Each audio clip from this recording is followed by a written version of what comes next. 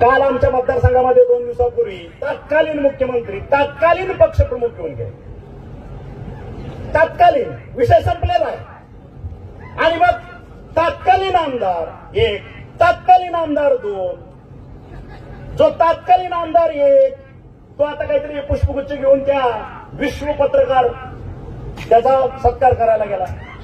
तत्कालीन आमदार 2 ह्याच्या घरी जेवायला गेले. हे जेवायला जायची वेळ चालली नसती, हारच घालावा लागला असता. ह्या तानाजी सावंतनं 48 तासाच्या आत त्याच्या किडन्या ट्रान्सफर केल्या आणि तो म्हणतो की याला हद्दपार करायचा. अरे बाबा, परमेश्वरानं तुला ह्या पृथ्वीवरनंच हद्दपार केलं होतं. तू वाचलाच फक्त तानाजी सावंतमुळं. तू वाचलाच फक्त तानाजी सावंतमुळं. आणि तुझ्या विधिलिखित जे असेल ते मी काय करणार नाही. तो तिथं बसलाय. मी फक्त माध्यम आहे. मी फक्त माध्यम आहे. कारण या तमाम शेतकऱ्याचा तानाजी सावंतवरती विश्वास आहे. हे परत एकदा हे शेतकरी सिद्ध करते. आणि म्हणून तत्कालीन पक्षप्रमुखांनी बोलले भूमच्या सभेत. भूमवाले आहेत माझ्यासमोर. आरोग्यमंत्री, आरोग्यमंत्र्याच्या ऐवजी काय म्हणले?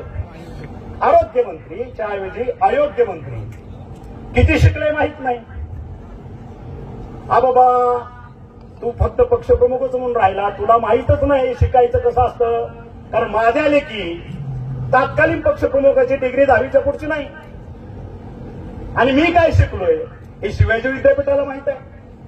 त्या वेबवर गेलं, तानाजी सावंत टाकलं तर डिग्री येतील. रँकर होता का फेल झालेला होता हेही तुम्हाला कळेल. पुणे विद्यापीठात गेल्यानंतर तानाजी सावंत काय शिकला आणि काय शिकलं नाही हे तिथं कळेल.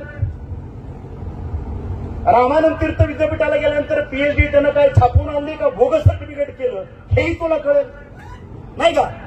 डॉक्टरेट पदवी ज्यावेळेस घेतली मला कोणी आनंद दिली नाही. डिलीट दर घासली मी, अभ्यास केला, पदव्या मिळवल्या आणि कागदावरच्या पदव्या नाही ठेवल्या. ज्या तानाजी सावंतनं 700 रुपयावरती पगारावरती नोकरी केली 10 वर्ष, त्या तानाजी सावंतनं आज 30,000 लोकांना रोजगार उपलब्ध करून दिलाय. हीच माझ्या शिक्षणाची पावती आहे ना. हीच माझ्या शिक्षणाची पावती आहे. मला वेगळं कोणाच्या सर्टिफिकेटची गरज नाही. मी असं म्हणेन, मग मी जर आरोग्य मंत्री म्हणून तुम्हाला त्यावेळेस वाटत होतो तर महाराष्ट्राच्या जनतेनं त्यावेळेस तुम्हाला एवढे आमदार देऊन चूक केली. आणि त्यावेळेचे 2019 ते 22 पर्यंतचे मुख्यमंत्री म्हणून तुमची नेमणूक केली. मुख्यमंत्री नाही. मी जर आरोग्य मंत्री असेल तर 2019 ते 22 चुकून बोललो का मी? मुख्यमंत्री कदाचित हेच असू शकतं. कारण मराठवाड्याच्या तोंडाला फक्त पानं पुसायची. त्या ठिकाणी यायचं शिवाजी महाराजांचा इतिहास अमोघ, सूर्याजी पिसाळ अमोघ. अरे माझ्या लोकांच्या शेतकऱ्यांच्या पोटाची आग मिटवण्यासाठी तू काय केलं? काय केलं? फक्त बहुलिक बोलायचं, इतिहास कळायचा शिवाजी महाराजांचा, त्याच्यावरती मतं मागायची. 5 वर्ष पुन्हा डुंकुली बघायचं नाही.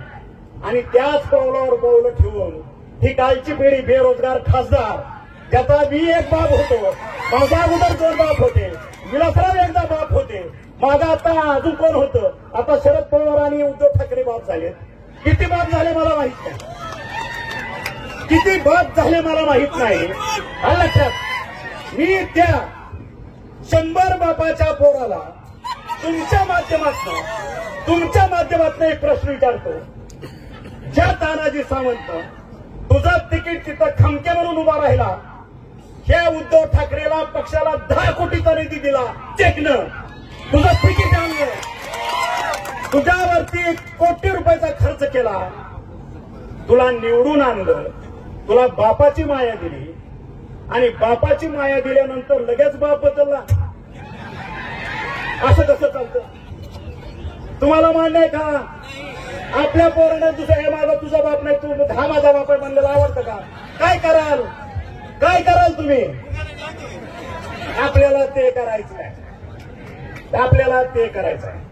आपल्याला भावनेच्या राजकारणात जायचं नाही. आपलं एकच आहे, भात दाखव नाही तर श्राद्ध खा. विकास काय? फक्त विकास. माझ्या पोरांच्यासाठी काय? पाण्यासाठी काय ह्यांचा जीव फक्त कॉन्ट्रॅक्ट, ह्यांचा जीव फक्त अधिकाऱ्याला शिव्या घालणे, ह्यांचा जीव फक्त अधिकाऱ्याला एकाला द्यायचं शिव्या घालायच्या, दुसऱ्यानं जाऊन तोडपाणी करायचं, पैसे घेऊन यायचे, ह्यांचा जीव ह्याच्यात.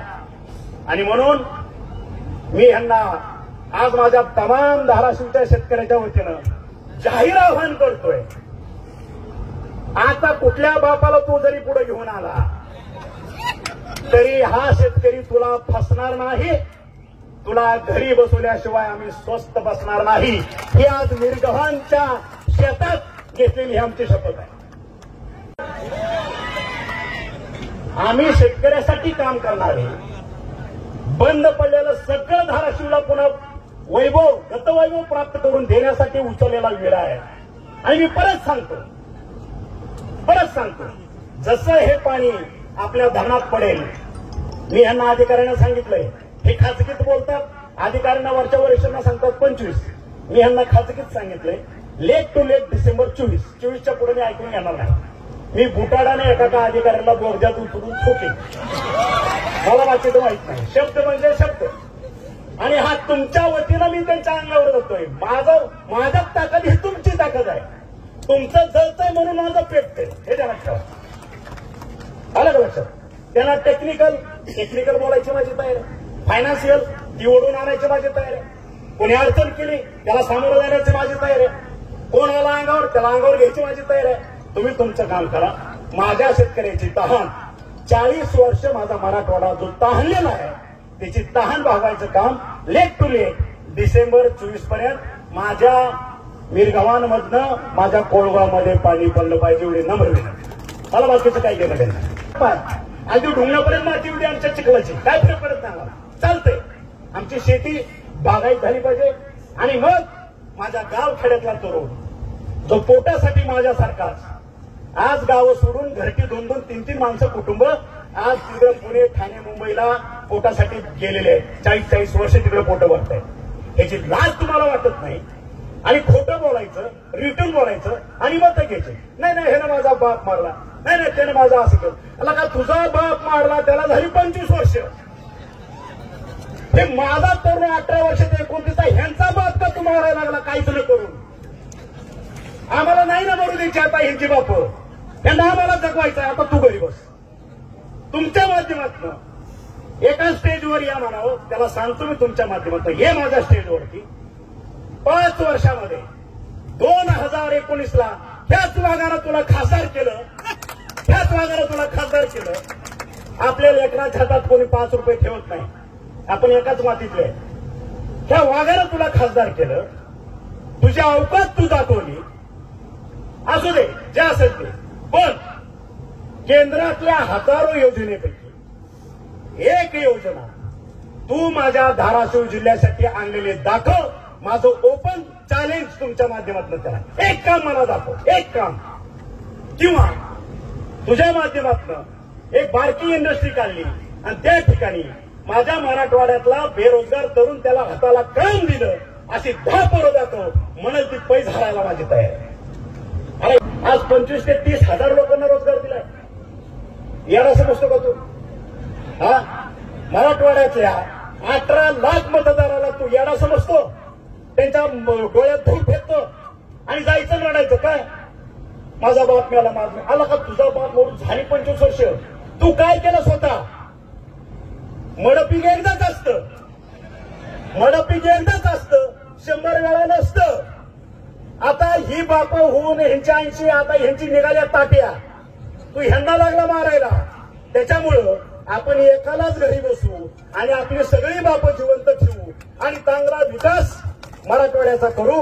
आणि हे पाणी आल्यानंतर माझा शब्द आहे, माझं वचन आहे, धाराशिव जिल्ह्याचा आकांक्षित जिल्हा म्हणून जो केंद्रामध्ये नाव आहे, जो काळा ठप्पा आपल्यावरती आहे, ते आपण तुमच्या सर्वांच्या साक्षीनं पुसून टाकू आणि पश्चिम महाराष्ट्रातला सारखा आपला धाराशिव जिल्हा अग्रेसर करू. एवढंच आज शपथ घेऊ. आणि त्या ठिकाणी तुम्ही सर्वजण आलात, एवढ्या 2-2.5 तास वाट बघितली, त्याबद्दल परत एकदा क्षमा मागतो, दिलगिरी व्यक्तो आणि मी माझे 2 शब्द संपवतो. जय हिंद, जय महाराष्ट्र.